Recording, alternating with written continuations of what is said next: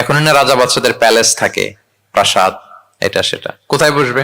এক সাহাবী বলে, ইয়া রাসূলুল্লাহ, আমার কাছে খেজুর পাতা আছে, এটা বিছাই দেই, এটা একটা আসন করে এখানে বসি। রাসূল সাল্লাল্লাহু আলাইহি ওয়াসাল্লাম বললেন, না, এটা কেমন হয়? আরেক দল বলে যে আমাদের তো একটু সূর্য হেলে গেলেই তো উহুদ পাহাড়ের ছায়া পাওয়া যায়, ওখানে নিয়ে বসি। রাসূল সাল্লাল্লাহু আলাইহি ওয়াসাল্লাম বললেন, না, এত দামি মেহমান, ওখানে বসা যায়? বলতে না বলতে 60 জন খ্রিস্টান পাদ্রী চলে আসছে। এখন রাসূল সাল্লাল্লাহু আলাইহি ওয়াসাল্লাম কোথায় বসতে দিবেন? উনি উপায়ন্তর না পেয়ে তাদের সবাইকে নিয়ে মসজিদে নববীর দরজা খুলে দিলেন। 60 জন খ্রিস্টানকে কোথায় ঢুকতে দিলেন? মসজিদে নববী।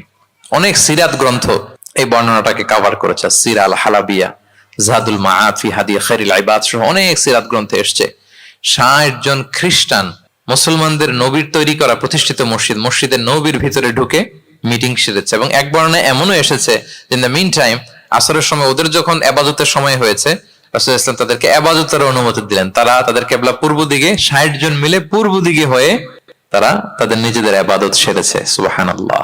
রাসূল ইসলাম এটা খ্রিস্টান না ইহুদি এটা কনসিডার করেন। রাসূল ইসলাম দেখেছেন তারা মানুষ। তারা কি? মানুষ।